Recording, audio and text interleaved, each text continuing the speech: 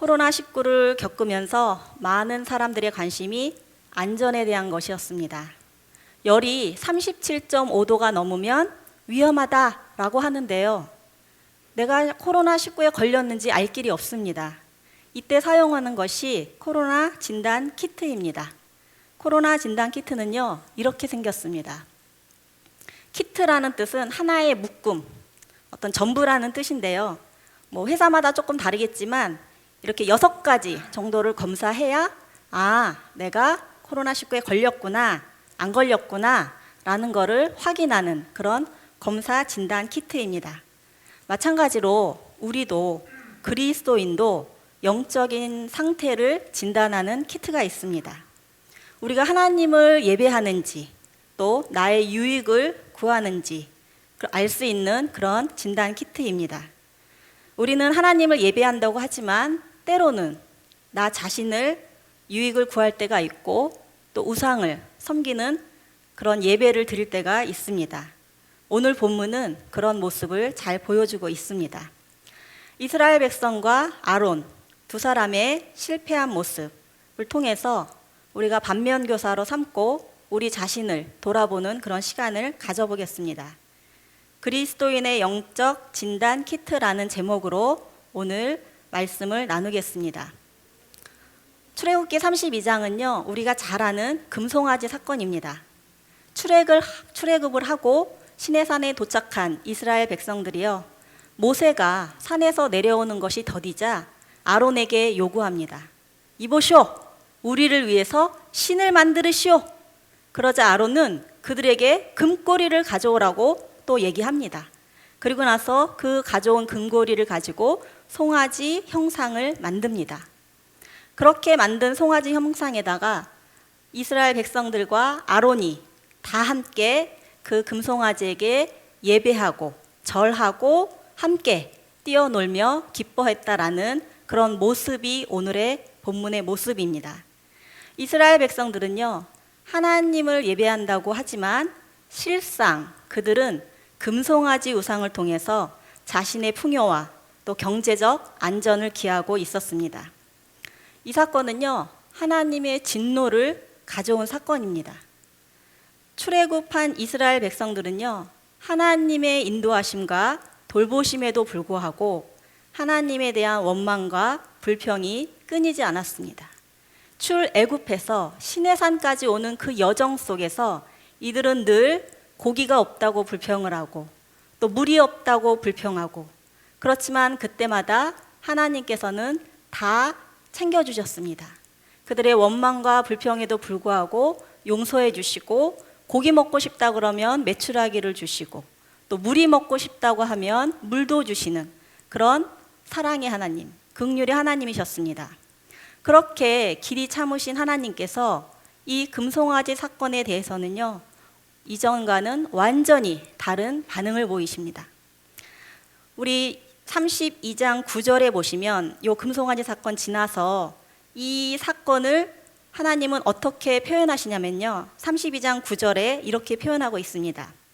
내가 이 백성을 보니 목이 뻣뻣한 백성이로다. 목이 뻣뻣하다라는 것은요, 마치 소가 주인의 방향대로 움직이지 않고 제멋대로 가는 모습을 목이 뻣뻣하다라고 표현합니다. 하나님은 이들이 제멋대로 간다며 진노하셨고 심판하시려고 합니다. 용서하지 않으시겠다는 거예요.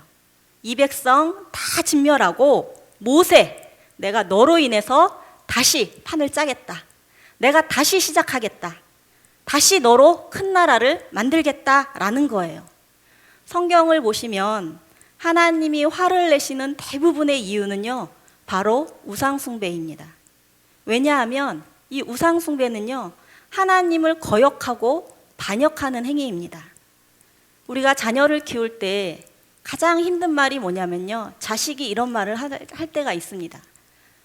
아버지, 어머니, 나에게 해준 게 뭐가 있습니까? 이런 말을 할 때 부모는 참을 수 없습니다. 이거는 부모에 대한 반역이자 거역입니다.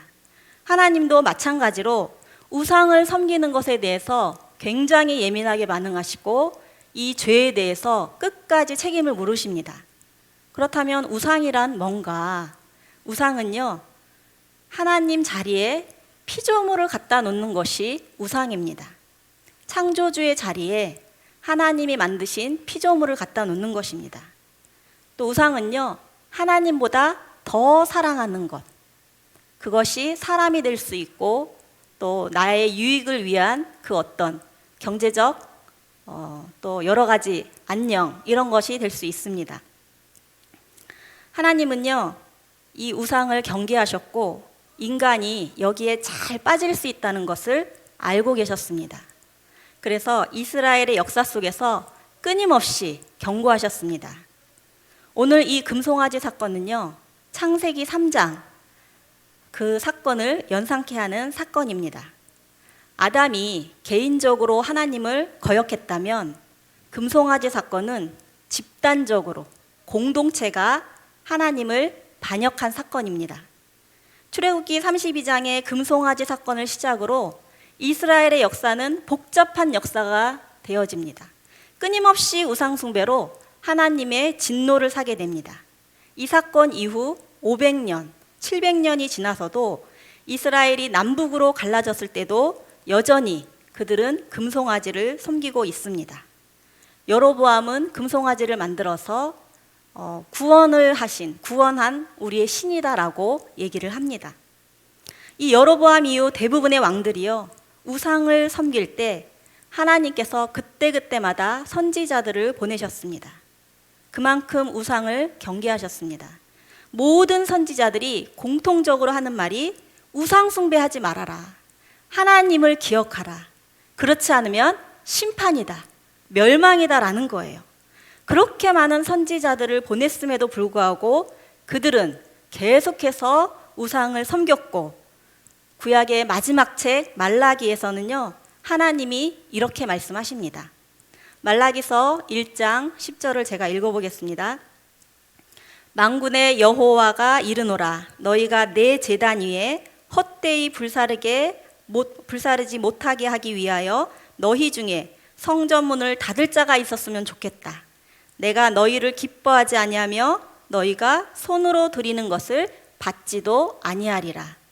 내 성전에서 나를 예배한다고 하지만 실상은 너희를 위해 예배 드리고 있다는 거예요. 이런 예배 나 안 받는다. 차라리 성전의 문을 닫겠다. 그래서 말라기 이후 약 400년 동안 하나님은 성전의 문을 닫으셨고 침묵하셨습니다. 그렇다면 신약에 와서 괜찮았나? 아닙니다. 모양만 달라졌지 우상을 숭배하는 본질은 그대로입니다. 성전의 리더들은 하나님을 예배한다고 하지만 돈을 벌기 위해 예배를 드립니다. 자기의 풍요를 위해서 또 자기의 권력을 위해서 예배를 드립니다. 결국 이 우상 숭배로 예수님께서는요, 십자가에 못 박히신 겁니다. 이 우상 숭배는요, 그들만의 역사가 아닙니다. 오늘날도 모양이 달라질 뿐 계속해서 등장하는 것이 우상 숭배입니다. 팀 켈러의 책 중에 내가 만든 신이라는 책이 있습니다. 이 책은 오늘날 우리가 우상을 만들고 어떻게 섬기고 있나, 그거를 잘 말해주고 있습니다. 성경에 보이는 것처럼 금송아지를 만들고 우리가 신을 섬기지는 않지요. 그렇지만 이 책은 내가 간절히 원하는 것, 그것이 나의 신이 될 수 있다고 합니다. 사랑과 돈과 성취, 권력, 이런 것들이 우상이 될 수 있다고 합니다. 하나님이 아닌 나를 위해 신을 조종하고 만들어낸다고 합니다. 마치 알라딘의 램프처럼 내 소원을 들어주는 분으로 하나님을 예배한다는 거예요. 그렇다면 우리는 참 하나님을 예배하는지 어떻게 알 수 있을까요?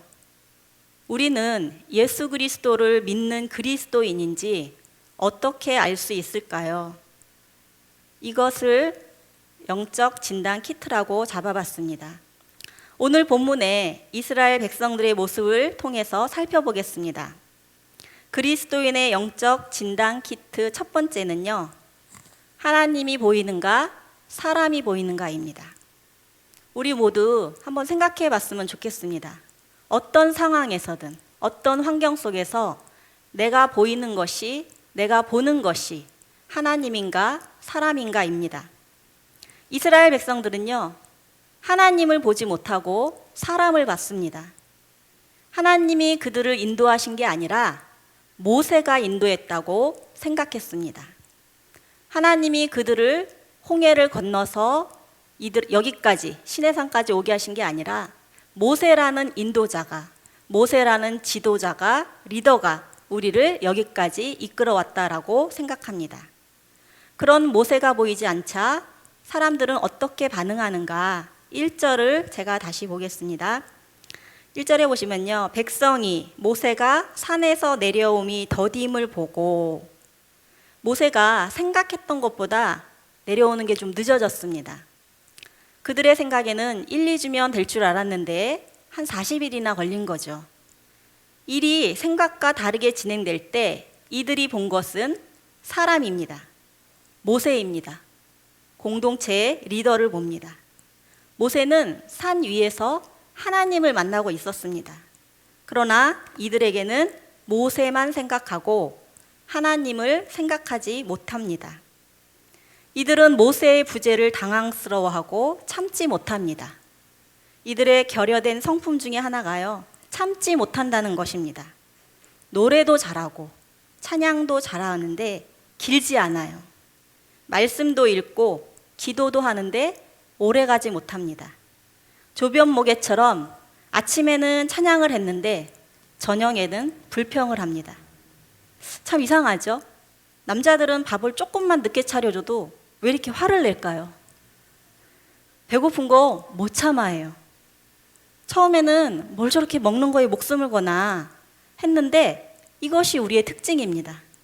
밥 먹고 나면요, 언제 화를 냈냐는 둥 아무렇지도 않게 행동합니다. 막 고개를 끄덕끄덕거리는 제가 많이 경험했습니다. 지금도 경험하고 있습니다. 우리는요, 금방 화가 나고 인내가 바닥을 치는 것을 사실은 자주 경험합니다. 모세가 산에서 내려오지 않자 백성들이 그것을 보고 참지 못합니다. 모든 공동체가 그렇습니다. 지도자의 오랜 공백은 백성들에게 고통스럽고 우왕좌왕하게 만듭니다. 이렇게 사람을 보고 움직이는 공동체는 상대방의 행동에 민감합니다.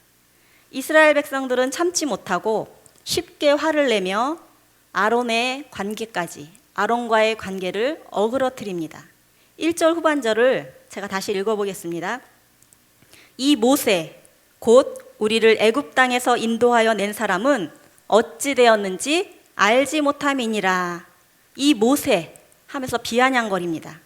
모세가 없으니 다른 지도자를 세워야겠다고 합니다. 언제든지 목적을 위해서는 갈아치울 수 있는 인간관계입니다. 왜냐하면 그들은 하나님을 섬긴 게 아니라 우리를 인도할 누군가가 필요했기 때문입니다. 나를 위한 누군가가 필요했던 것입니다. 꼭 모세가 아니어도 괜찮습니다. 이를 위해서는 사람이 목적이 아니라 수단이 되기 때문입니다.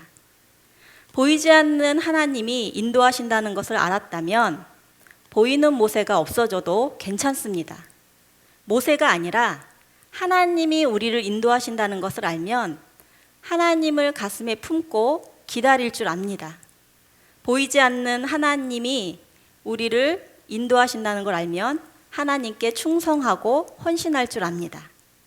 그러나 보이지 않는 하나님을 믿지 않으니 보이는 모세가 사라지자 모든 신앙이 끝장납니다.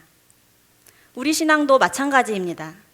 보이지 않는 하나님을 보고 나아갈 때 현상 속에서 받은 축복이 사라져도 괜찮은데 맨날 보이는 신앙에만 집착하게 됩니다.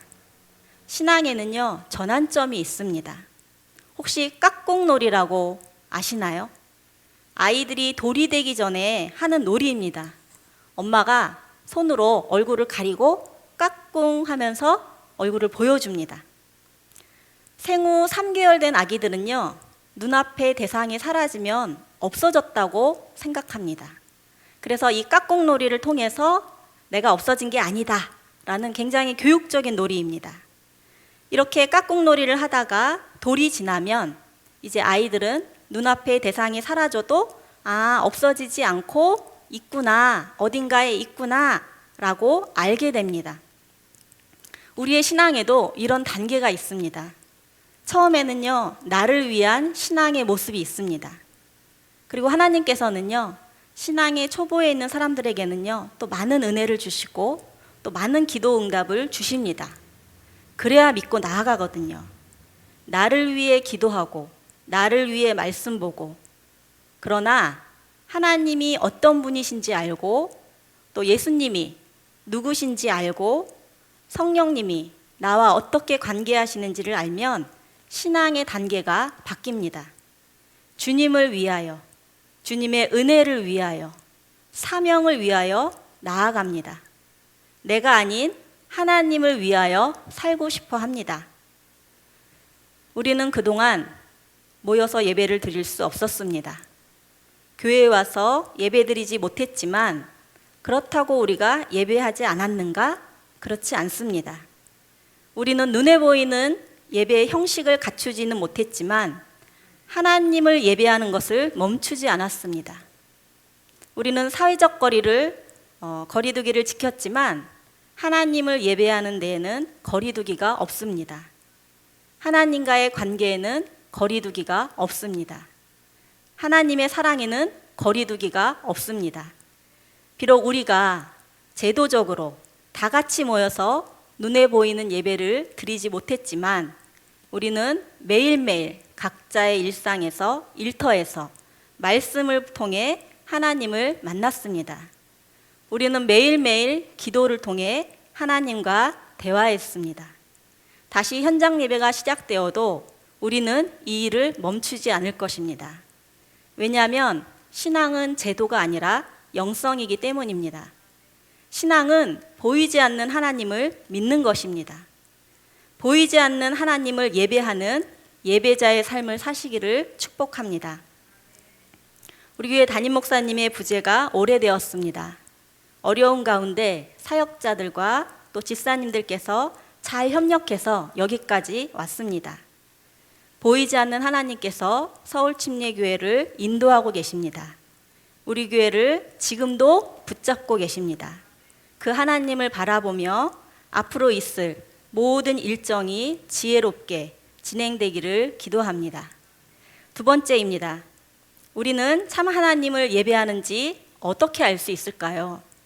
우리는 예수 그리스도를 믿는 그리스도인인지 어떻게 알 수 있을까요?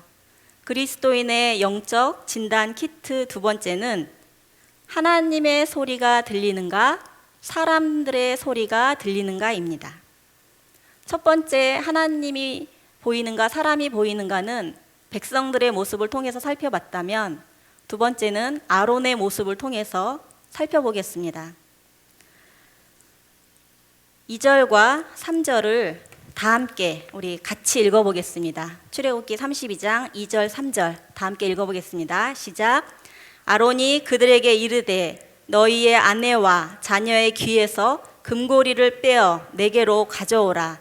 모든 백성이 그 귀에서 금고리를 빼어 아론에게로 가져가매. 백성들이 명령하니까요, 아론도 명령합니다.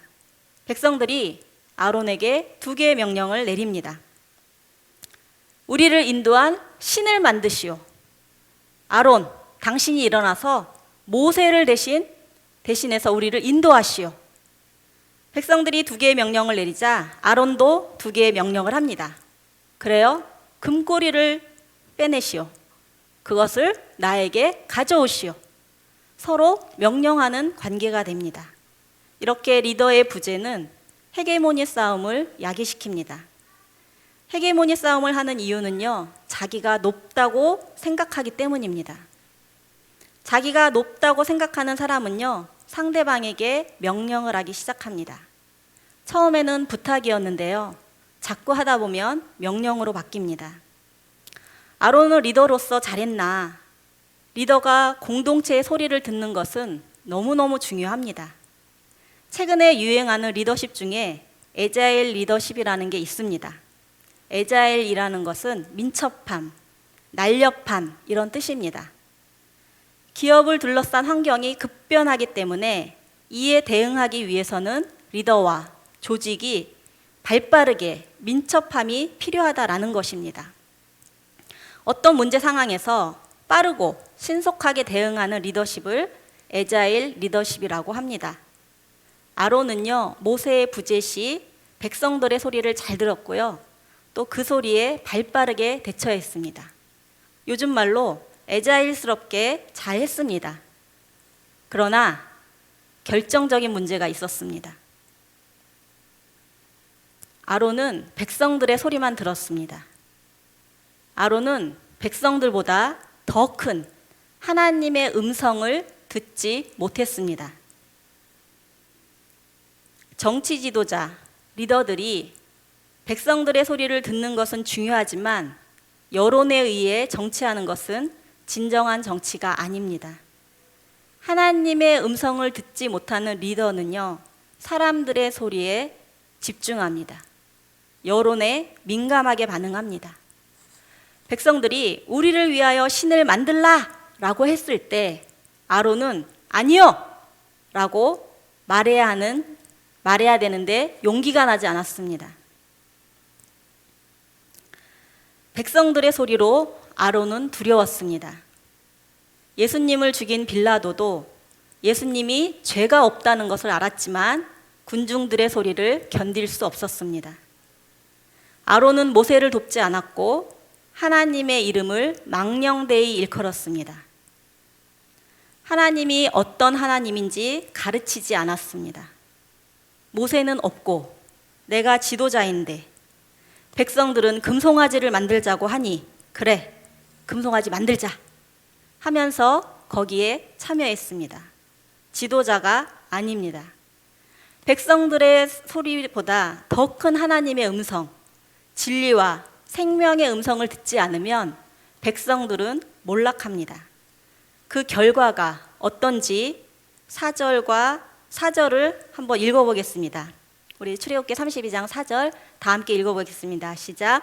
아론이 그들의 손에서 금고리를 받아 부어서 조각칼로 새겨 송아지 형상을 만드니 그들이 말하되 이스라엘아 이는 너희를 애굽 땅에서 인도하여 낸 너희의 신이로다 하는지라.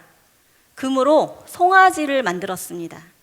인간의 눈으로 보기에 멋지고 화려했겠죠. 이것은 인간의 악과 욕심과 이기적인 욕망이 얼마나 쉽게 타락하는지를 보여줍니다. 그런데 거기에 아론이 하나를 더합니다. 5절 다 함께 5절과 6절 우리 다 함께 또 읽어보겠습니다. 출애굽기 32장 5절 6절입니다. 시작. 아론이 보고 그 앞에 제단을 쌓고 이에 아론이 공론하여 이르되 내일은 여호와의 절일이니라 하니 이튿날에 그들이 일찍이 일어나 번제를 드리며 화목제를 드리고 백성이 앉아서 먹고 마시며 일어나서 뛰놀더라.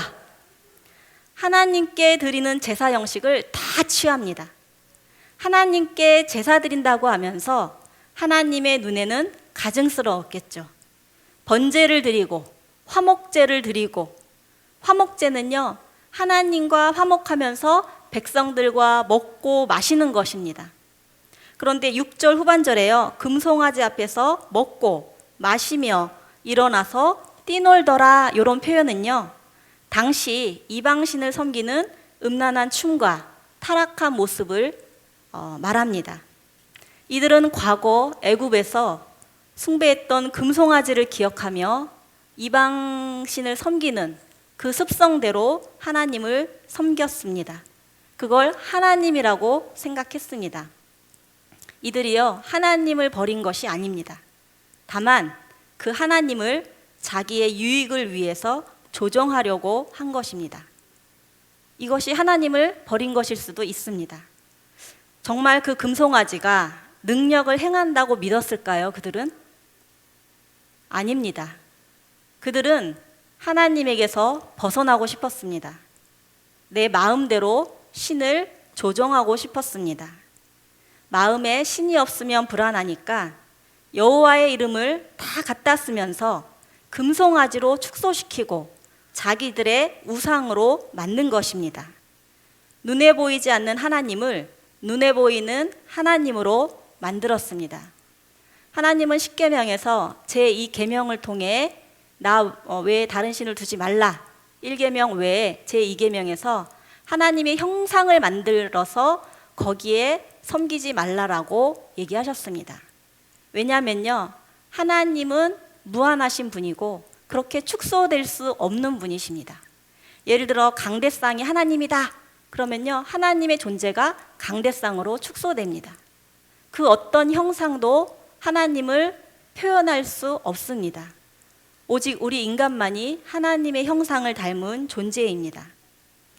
하나님의 영광의 자리가 아니라 자기 욕심을 채우면서 위로하고 스스로 생각하면서 악을 행하는 겁니다. 하나님이 주신 역사를요, 개인적인 역사로 사유화하기 시작합니다. 하나님이 우리에게 복을 주셨습니다. 선물을 주셨어요. 생명이라는 선물을 주셨습니다. 그런데 선물보다 더 큰 하나님을 기억해야 그 선물이 기억나는 겁니다. 그런데 사람들이 선물에만 집착하면 탐욕스러워지고 하나님을 잊어버립니다. 하나님께 영광을 돌리는 게 아니라 자기 욕심을 채우면 신앙은 왜곡됩니다. 인간에게는요, 보이지 않는 하나님을 보이는 하나님으로 만들고 싶은 천박성이 있습니다. 하나님이 보이지 않으면 불안해하고 다른 것을 대체하려는 속성이 있습니다. 우리 신앙의 위험한 부분은 불안해하고 다른 것을 대처하고 내 욕심과 욕망을 채우려는 모양이 있습니다. 사실 이들이 금고리를 내놓은 그 금은요, 애굽에서 가져온, 출애굽할 때 하나님이 주신 것입니다. 그렇지만 이 사람들은 자기네가 가져왔다고 생각합니다. 내 욕심과 욕망을 채우려고 하면 명분이 서지 않으니까 하나님의 이름을 갖다 붙입니다. 우리는 하나님께 기도한다고 하고 또 회개한다고 하고 하나님을 위해 봉사한다고 합니다. 기도 응답이 이루어지면 하나님이 주셨다는 생각보다 내가 기도를 열심히 해서 많이 해서 기도 응답을 받았다라고 주장합니다. 하나님을 위해 봉사한다고 하면서 사실은 내 이름이 드러나고 내가 칭찬받기를 원하는 것을 더 좋아합니다. 조금만 뒤집으면 내 욕심을 채우고 하나님이 주신 역사, 감사를 나 개인의 역사, 내가 한 것으로 사유화하기 시작합니다. 우리는 과거에 하나님이 베푸신 역사를 기억하고 앞으로 하나님께서 베푸실 역사를 기대해야 합니다. 아론이 산 아래에서 백성들과 금송아지를 만들 때 산 위에서 모세는 하나님의 음성을 듣고 있었습니다. 앞으로 이 백성들의 신앙의 다음 단계로 나아가기 위해서 하나님의 계획과 뜻을 받들고 있었습니다. 모세가 내려오면 이 이스라엘의 이 백성들은 이제는 새로운 역사를 쓰게 되어 있었습니다. 신앙의 전환점을 맞이하는 것입니다. 젖먹이가 아니라 나 중심이 아니라 사명 감당하기 위해서 가나안에 들어가야 합니다. 그 땅에 들어가면 아론은 대제사장으로서 사명을 감당해야 합니다. 이렇게 크신 하나님의 계획을 모르고 백성들의 소리에 민감해서 백성들을 두려워한 이들은 아론과 함께 금송아지를 숭배하는 일을 저질렀습니다. 이 일로 이들의 역사는요, 다시 제로로 돌아갑니다. 역사를요, 다시 시작해야 합니다. 모세는요, 두 돌판을 들고 다시 하나님 뵈러 가야 했고요. 이스라엘 백성들은요, 다시 하나님과 언약을 맺어야 했습니다. 그동안 받은 율법에다가 율법이 더 더해지는 그런 결과를 가져왔습니다.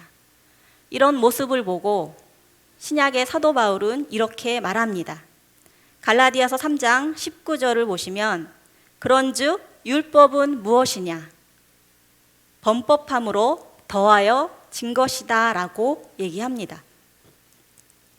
이처럼 이스라엘 백성들은 하나님을 보지 못했고 아론은 하나님의 음성을 듣지 못했습니다.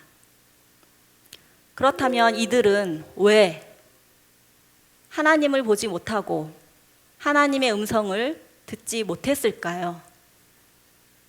그 원인을 시편 기자는 이렇게 말하고 있습니다. 시편 115편 4절부터 8절까지입니다. 우리 다 같이 읽어보겠습니다. 시편 115편 4절부터 8절 시작. 그들의 우상들은 은과 금이요 사람이 손으로 만든 것이라. 입이 있어도 말하지 못하며 눈이 있어도 보지 못하며 귀가 있어도 듣지 못하며 코가 있어도 냄새 맡지 못하며 손이 있어도 만지지 못하며 발이 있어도 걷지 못하며 목구멍이 있어도 작은 소리조차 내지 못하느니라. 우상들을 만드는 자들과 그것을 의지하는 자들이 다 그와 같으리라. 이 사람들이요 하나님을 보지 못하고 하나님의 음성을 듣지 못한 것은 자기네들이 만든 우상과 닮아서 똑같다라는 거예요. 당시 이스라엘 백성들은요 나무토막 하나를 가지고 와서 반으로 쪼갭니다. 반은 땔감으로 쓰고요 그 나머지 반을 가지고 조각해서 드라빔 같은 그런 우상을 만들어서 섬겼습니다. 그렇게 나무 조각으로 만든 그 우상을 섬기는 그들은 나무 조각처럼 되었다라는 거예요. 나무 토막이 말을 하나요? 나무 토막이 귀가 있나요? 눈이 있나요? 이들이요 입이 있어도 말하지 못하고 눈이 있어도 보지 못하고 귀가 있어도 듣지 못하는 그 모습은 바로 그들이 섬기는 우상과 똑같아졌다라는 것을 얘기합니다. 그래서 구약의 선지자들은요 이스라엘 백성들을 묘사할 때 이렇게 인간의 그 감각기관이 무뎌진 것을 비유적으로 많이 설명합니다. 신약의 예수님도요 이런 자들을 소경, 눈이 있어도 보지 못하고 귀가 있어도 듣지 못한다라고 말씀하십니다. 우상과는요 인격적인 관계를 맺지 못합니다. 그 우상을 섬기면 그 우상과 똑같아져서 인간관계도 비인격적인 관계를 맺게 됩니다. 이것이 하나님의 심판입니다. 이것이 우상숭배를 절대로 용서하지 않으시는 하나님의 진노입니다. 바울은 우상숭배의 본질에 대해서 이렇게 말하고 있습니다. 로마서 1장 23, 24절을 제가 읽어보겠습니다. 섞어지지 아니하는 하나님의 영광을 썩어질 사람과 새와 짐승과 기어다니는 동물 모양의 우상으로 바꾸었느니라.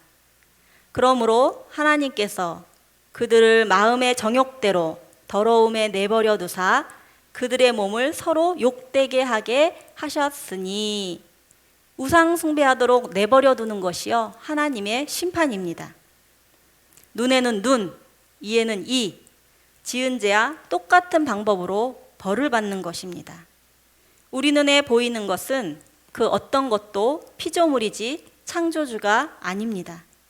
창조주는 오직 한 분, 하나님 한 분이십니다. 그레고리 빌이라는 사람이 이런 말을 했습니다. 사람은 무엇을 예배하든지 예배하는 대상을 닮아간다. 사람은요, 자기가 좋아하는 대상을 닮아가는 습성이 있습니다. 자꾸 보면 닮아갑니다. 내가 무엇을 섬기고 예배하는지 그것처럼 내가 변한다라는 거예요. 자녀가 부모를 닮는 것도 이와 비슷합니다. 내가 섬기는 그 무엇처럼 나도 그렇게 되어간다는 거예요. 그러나 우리는 하나님을 예배하는 예배자입니다. 우리는 하나님의 형상입니다. 우리는 눈에 보이지 않는 하나님을 보고 눈에 보이지 않는 하나님의 음성을 들으면서 하나님을 반사해내는 예배자입니다. 말씀을 맺겠습니다. 우리는 금송아지 사건을 통해 두 가지를 진단해 보았습니다.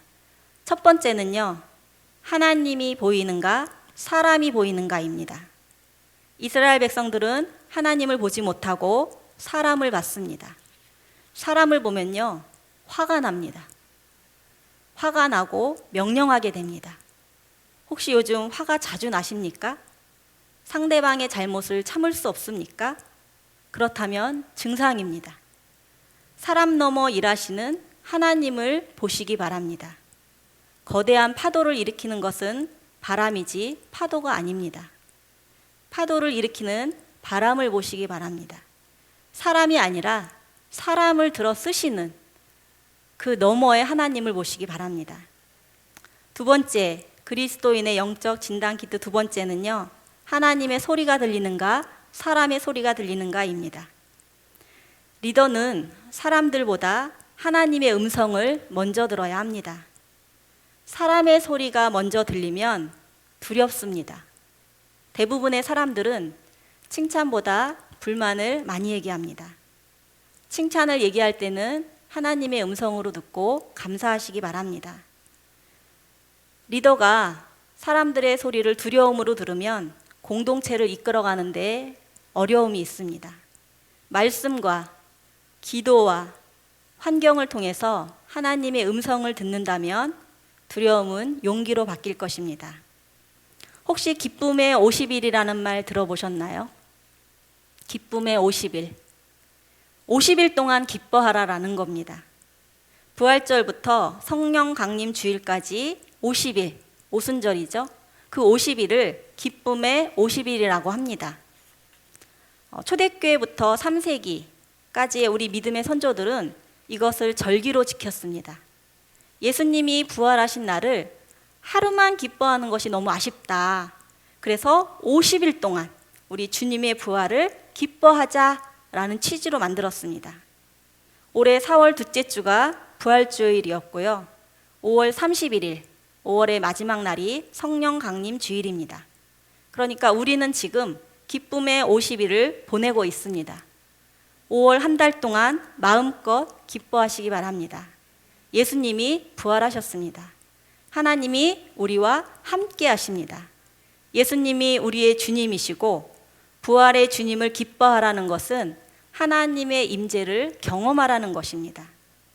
부활의 주님을 만난다는 것은 말씀과 기도를 통해 주님을 만나는 기쁨을 누리라는 것입니다. 예배자, 예배가 우리의 기쁨입니다.